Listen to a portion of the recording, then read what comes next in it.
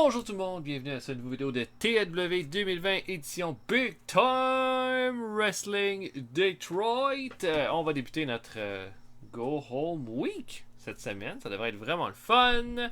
Alors que on va d'abord retourner à notre dernier épisode. Qu'est-ce qui s'est passé? On a eu notre show télé qui a fait un show ratings de 48, ce qui était notre plus haut ratings qu'on faisait pour un show télé. En même temps, on a utilisé vraiment la plupart de nos top lutteurs lors de ce show-là. Notre main event était un gros match entre Luis Martinez et Estax Cahoon qui ont battu le Sheik et Fred Curry. On voulait avoir Johnny Valentine, il n'était pas disponible, donc c'est Fred Curry qui l'a remplacé, mais c'est le papa de Fred Curry. Bull Curry qui va avoir causé la défaite de son équipe. Duncan va battre Don Serrano. On va avoir un segment où est-ce que Sputnik Monroe va attaquer un jeune Terry Funk qui faisait un peu son petite entrevue là, de bienvenue à la fédération. Et Angelo Poffo a battu Gino Brito dans le combat d'ouverture du show. On avait 800 personnes qui étaient là, fait qu'on a rempli notre salle de l'abattoir dans les Great Lakes. Notre house show maintenant a fait un 48.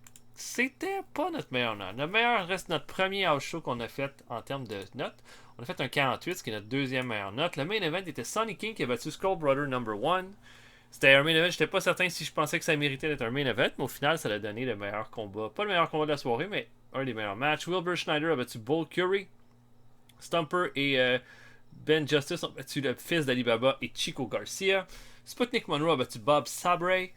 Johnny Valentine a battu Bob Harmon et une promo un de Johnny Valentine avant le show va faire un bon 50. Au final, on a bien avancé nos storylines, mais il n'y a pas eu... C'est ça, ça s'est bien passé. Comme d'habitude, entre les shows, j'ai regardé un combat d'un des lutteurs de mon roster pour un peu mieux connaître ça. D'abord, je vais vous dire, hein, je suis en train de faire... j'ai terminé mon watch-along d'un épisode best-of de la BTW. Donc, il y aura mes commentaires avec les combats, avec des introductions de chacun des lutteurs avant le match pour que vous deviniez un peu mieux c'est qui. Puis voilà, j'ai fait ça, c'était vraiment le fun. C'était pas de la lutte incroyable, mais j'ai eu mon plaisir à regarder ça. Et le combat que j'ai eu, c'est un combat de Fred Curry, que nous on utilise beaucoup dans nos storylines, donc pour moi c'était intéressant de l'avoir. L'affaire, c'est qu'il y a très peu de combats de Fred Curry disponibles. Moi, j'en ai trouvé un seul, en fait. Un qui était vraiment bien, qui était clair, qui était d'une qualité potable. Puis c'était, je pense, un combat fin 70, début 80, peut-être même mi-80. Il affrontait le Great Mojo. Et c'était vraiment pas très très bon.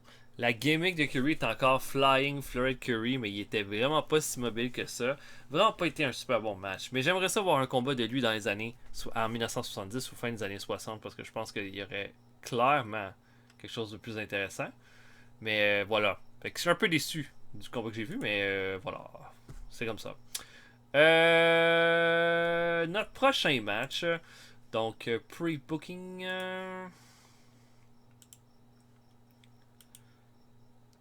Pour notre show télé, ça va être un 6-man tag avec Sonny King, Tom Jones et Terry Funk qui vont affronter les Skull Brothers et Sputnik Monroe. Je pense que ça devrait être un bon combat. On continue, tu sais, comme avec Sonny King et Tom Jones. Je pense que la meilleure façon, les segments avec les Skull Brothers, Sonny King et Tom Jones, ça marche pas, mais les matchs vont bien. Donc, on va vraiment y aller avec ça. Et puis, ben, notre champion demeure le Sheik qui a combien de défenses? C'était tellement mieux dans l'autre. Une seule défense de titre. Et les champions par équipe, les Skull Brothers, qui n'ont pas encore de défense de titre avec un prestige de 65. Donc là, je vais avancer jusqu'à notre show télé. Puis on va se voir après. À tantôt, tout le monde. Ok, incident backstage avec Abdullah Farouk. Oh, il a aidé à relaxer l'atmosphère avec un bon barbecue que tout le monde a profité. Merci, Abdullah Farouk. Fait que ce soir, on a pas Valentine, ni Jay Graham, ni Wilbur Schneider. Bon. Ok, on va faire un middle d'abord.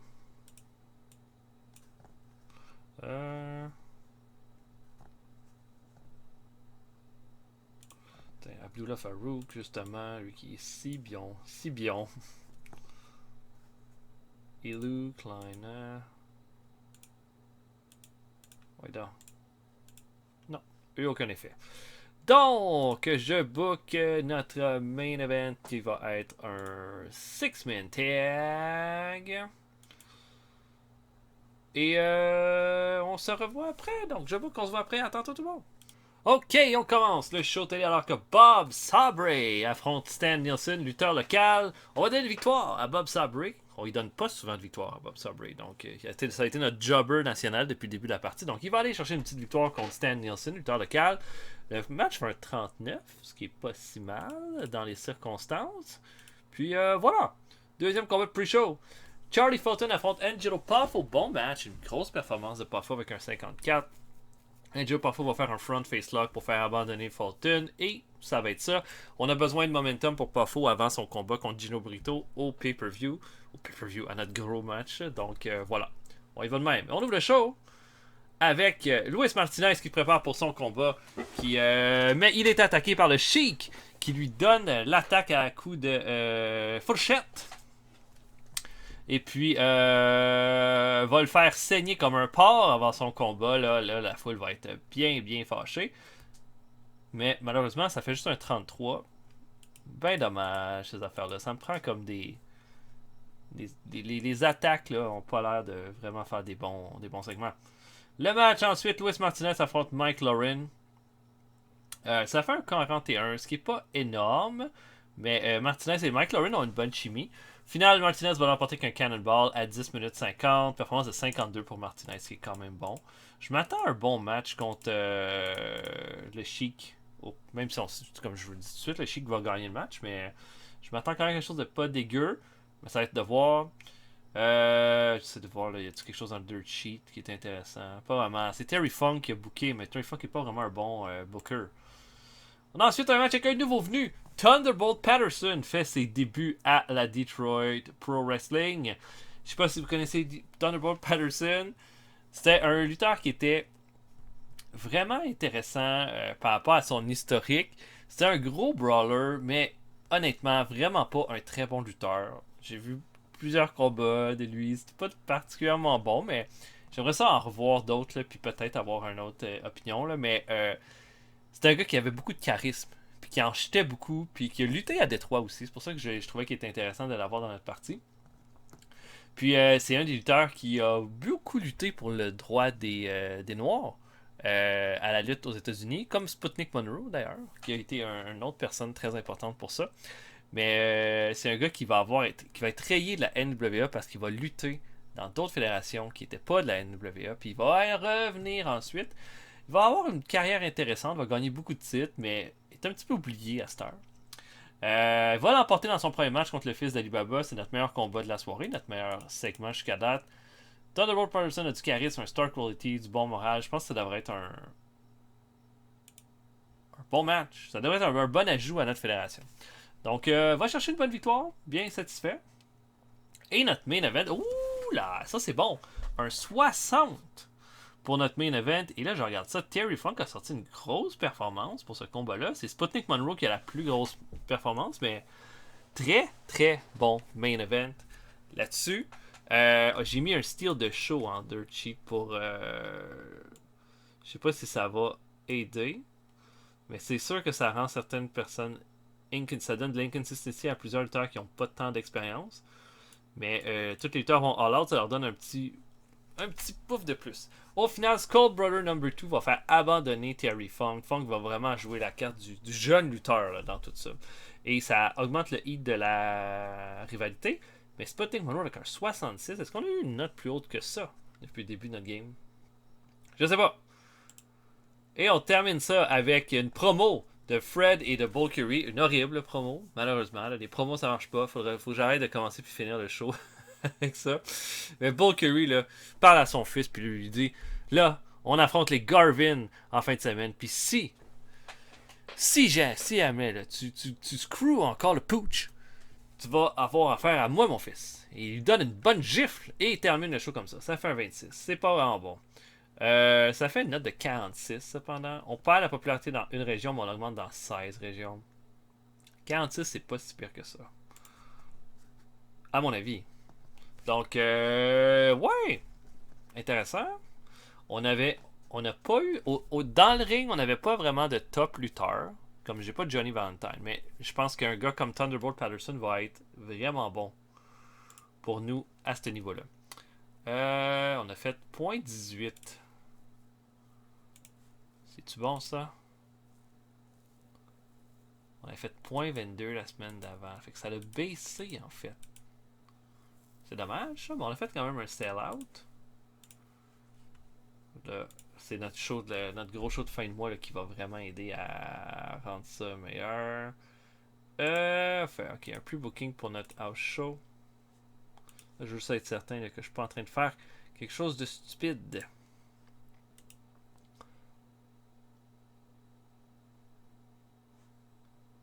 Là, notre gros show, ce serait là. Ce serait notre gros show de fin de mois. Hein. On est semaine 4 ou semaine 3? Ce serait notre gros show. Oh, ok. Donc, notre gros show serait jeudi. J'aurais pensé, mais c'est parce que j'ai toujours l'habitude de faire mes trucs le dimanche. Mais, ok. Ben, je vais avancer jusque-là. J'espère que j'aurai pas trop de lutteurs qui pourront pas lutter. Mais je pense que dans tous les cas, ça devrait pas être si pire que ça. Je nous avance jusque-là, puis on va se revoir plus tard. À tantôt tout le monde. Ok, donc nos incidents. Il se passe de quoi avec Chico Garcia et Johnny Valentine? Chico Garcia est amené au Wrestler's Court à cause qu'il n'a pas accompagné ses amis pour un night out. Johnny Valentine est mis coupable. Il doit acheter des drinks à tout le monde à la fin de la soirée. Excellent. Qui j'ai pas ce soir? Ok, ça va. J'ai pas mal tous mes top names, donc je suis bien content.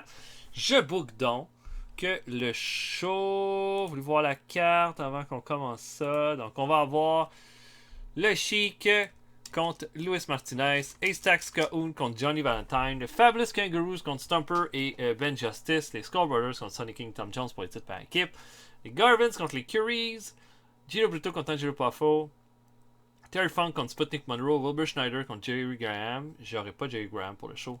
Don Serrano contre Buddy Colt. Donc, à voir comment on va booker ça. Mais voilà. Donc, on se voit. Je book, on se voit après. À tantôt, tout le monde. Ok, on commence notre gros show du mois. Et on commence ça pre-show alors. Tous nos lutteurs qui sont pas utilisés sont dans une bataille royale. Il y a 15 lutteurs. Dans les gros noms, Angelo Poffo, Gino Brito sont là. Il y a aussi Wilbur Schneider. Quelques lutteurs qui sont aussi des annonceurs. C'est comme Abdullah Farouk puis Lord Hattel Layton sont également là-dessus. Ça fait un 53, ce qui est quand même bon. Puis c'est Angelo Poffo qui va remporter la victoire en éliminant le Abdullah Farouk qui va être l'espèce de weasel là, qui va se sauver tout le long du combat. À noter là, que Poffo va faire un low blow à Gino Brito avant de l'éliminer. Et là, ça aidera pas leur rivalité. Mais voilà, on a bien booké pas mal tout le monde là-dessus. 53, c'est très bien. On ouvre avec le championnat par équipe. Les Sonny King et Tom Jones qui affrontent l'équipe des Skull Brothers. Très bon match de 53 pour commencer. Ça nous fait un strong start. La meilleure performance revient à Sonny King, mais Skull Brother number 1 n'était pas loin avec un 51. Mais je regarde ça, Skull Brother number 2 et Tom Jones ont aussi augmenté la qualité de leur combat. Au final, qu'est-ce qui va se passer? Ben, les Skull Brothers vont l'emporter clean cette fois-là. Ils vont réussir à isoler Tom Jones et Skull Brother number 2 va faire une prise là, pour le faire abandonner et ils vont faire une première défense de leur titre par équipe. Est-ce que ça a été terminé? Je sais pas. Mais j'ai bien aimé ce que j'ai vu de Sonny King et Tom Jones dans tout ça. Mais je pense que les Skull Brothers mériteraient d'avoir un règne plus long. Donc c'est pour ça que je les ai fait gagner ce combat-là. Très satisfait de ça. Une promo de Thunderbolt Patterson. Thunderbolt Patterson dit: j'ai fait mes débuts. Ça a été pas mal excitant de revenir à Détroit. Mais ce que je veux, c'est le titre mondial. Donc je sais pas qui va gagner entre Luis Martinez et le Chic ce soir. Mais une chose est certaine. Mettez mon nom pour la prochaine chance au titre. Et une bonne promo de 50 de Thunderbolt Patterson là-dessus. C'est très très bien. Ensuite, un combat entre les Garvins et Wadbull et Flying Fred. Que dire 36, c'est pas top. Jimmy Garvin est blessé, donc fait pas des grosses performances. Sinon, on aurait eu un meilleur match. Mais 36, dans les faits, c'est vraiment pas la pire chose qui se passe. Au final, Ronnie Garvin va surprendre Phil Curry avec un figure 4 leg lock. Bull Curry et Fred Curry ont aucune chimie ensemble durant tout le combat. Ils se donnent des tapes là, pour rentrer dans le ring, pour être à la place de l'autre, tout ça. Et au final, Bull Curry va pas être là pour aider son fils qui va être tout seul contre les Garvins à un moment donné. Et Ronnie va faire le figure 4 pour faire abandonner Fred. Et une grosse victoire pour les Garvins.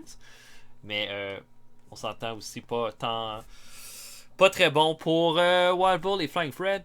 Pour Jimmy, là, moi je pense que je vais le mettre. Jimmy Garvin est blessé pendant encore pas mal de temps. Ses performances seront pas bonnes. On devrait juste mettre Ronnie Garvin en solo pour le moment. Ça, c'est mon opinion. Donc ça risque d'être ça que je vais faire après le show.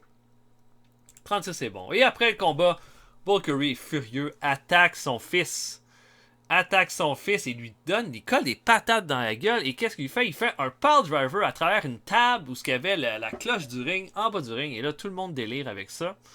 Et Fred Curry va devenir un face avec ce changement-là. Il va débuter une rivalité contre son papa. Donc, un 44 pour un bon segment qui a gagné du heat pour la rivalité. Ensuite, Stomper et Justice affrontent les Fabulous Kangaroos. Bon match de 50. Duncan fait la meilleure performance avec un 59, ce qui est quand même vraiment bon. C'était Terry Funk le booker, donc peut-être que ça l'a peut-être joué sur la note, mais 50, là, c'est vraiment bien dans les circonstances. Et les Faces vont chercher une première victoire dans toute cette rivalité-là, alors que le Stomper va faire abandonner Al Costello avec un sleeper hold. Voilà, et 39 pour Al Costello. Al Costello commence à être vieux, 50 ans. Hein? Donc peut-être que c'est pas quelqu'un qu'on va garder encore longtemps. Mais à voir. Hein? Après le combat, on va vraiment juger de qui on veut garder puis qui qu'on pourrait se débarrasser après le show pour possiblement signer quelqu'un d'autre. Donc 50 par contre, ça demeure très très bien. Notre match entre Terry Funk et Sputnik Monroe fait un 61 de loin. Notre meilleur combat de la soirée. Et Terry Funk va vraiment tout donner. Mais au final, Sputnik Monroe va l'emporter à la soumission à 10 minutes 20 pour une belle victoire. Voilà. Très bien pour Sputnik Monroe. Quand même quelqu'un qui est encore vraiment hot, qui fait des bonnes notes. Donc il faut le mettre en avant. Puis pour Terry Funk, c'est quel exposure on vient de lui donner. Hein? C'est très très bon. Ensuite, Ace Stackhouse contre Johnny Valentine. Moins bon que ce que j'aurais pensé. C'était un combat mayhem pour protéger Kahoot, mais ça n'a pas donné quelque chose de vraiment bon. Performance de 67-58, donc il y a eu des pénalités qui ont été faites dans ce combat-là. Donc c'est pas le combat pour Johnny Valentine. Puis Terry Funk est pas très bon comme Road Agent. Mais au final, qui va l'emporter? Stax Cahoon va l'emporter à 15 minutes 30, alors que Valentine va vraiment attaquer la jambe de Cahoon tout le long du combat. Cahoon va l'emporter, mais va avoir vraiment mal à la jambe après le combat. Et voilà, là, est-ce que ça a valu la peine? C'est à voir. Don Serrano affronte Buddy Colt. Combat correct. Vraiment pour mettre en avant Buddy Colt dans ce combat-là. La foule avait pas l'air de vouloir voir Don Serrano lutter. Mais au final, Spinning Neckbreaker de Buddy Colt à 10 minutes 14 là font remporter le match. Donc c'est très bien. À voir pour Buddy Colt la suite des choses. Et notre main event, 51. C'est pas génial.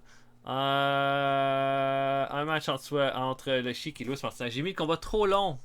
C'est ça l'affaire. Parce que c'est tous des combats, des brawls. C'est tous des combats hardcore. Fait pas vraiment de match au-dessus de 15 minutes. Puis là, j'ai fait un combat de comme 17 minutes. C'est ça. Fait que ça a juste donné un 51. Ça aurait donné une bien meilleure note que ça. Probablement comme un proche de 60. Et au final, après l'intervention d'Abdullah Farouk, le Chic va l'emporter et va faire abandonner Martinez avec le Camel Clutch. Et ça va lui faire une deuxième défense de titre. Fait un 50. On perd la popularité dans une région. Mais je pense qu'on s'en est bien tiré. On va faire un speech. Le Sputnik Monroe, définitivement, fait une grosse performance. Le 58 de Johnny de Astax Cahoon est quand même bon. Avec une bonne performance. Sinon, ben c'était notre les Skull Brothers.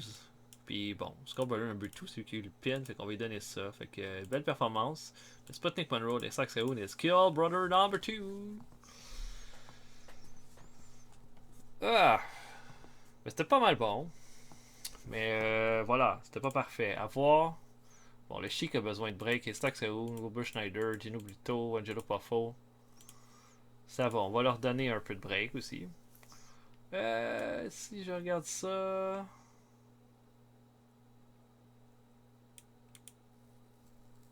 Le show aurait été awesome. Ce qui est quand même nice. Puis pour nos finances. Oh mon dieu, ça a été payé en mort. 74 000. Oh, on va se faire tellement de thunes. Je pense qu'on peut déjà considérer qu'on peut augmenter notre qualité de production de au moins un échelon. Avec ça. Production.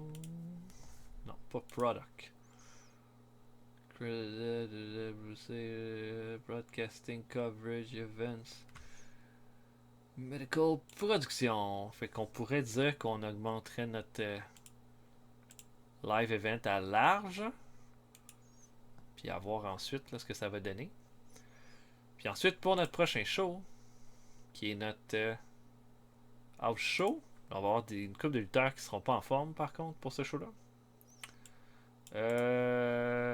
Un combat normal, je dirais. Qui on veut?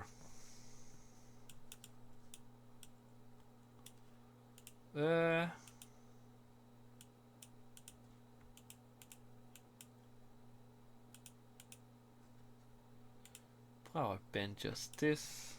Contre qui?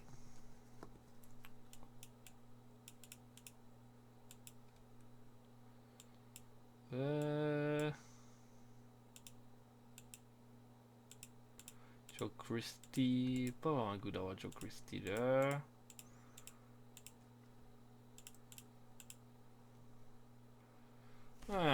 Est-ce qu'on pourrait y aller avec les Skull Brothers pour avoir possiblement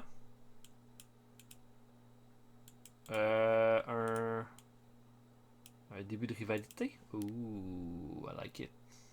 En même temps, on les a fait lutter la dernière fois. Je sais pas. Ok, on va faire ça. Ils sont en forme, les autres là. Main event, Ben Justice contre Skull Brother number 2. Donc ça va être ça. Je vais attendre le prochain show pour continuer. J'aimerais ça comme placer un peu mon prochain... Déjà placer mon show pour le prochain mois. Donc voilà, j'espère que vous avez apprécié tout le monde. Puis je vais vraiment être en étude de qui va quitter mon roster. Ce sera la première chose que je vous dirai lors de mon prochain épisode. Donc je vais vous souhaiter à tous une excellente journée. Salut tout le monde. À la prochaine.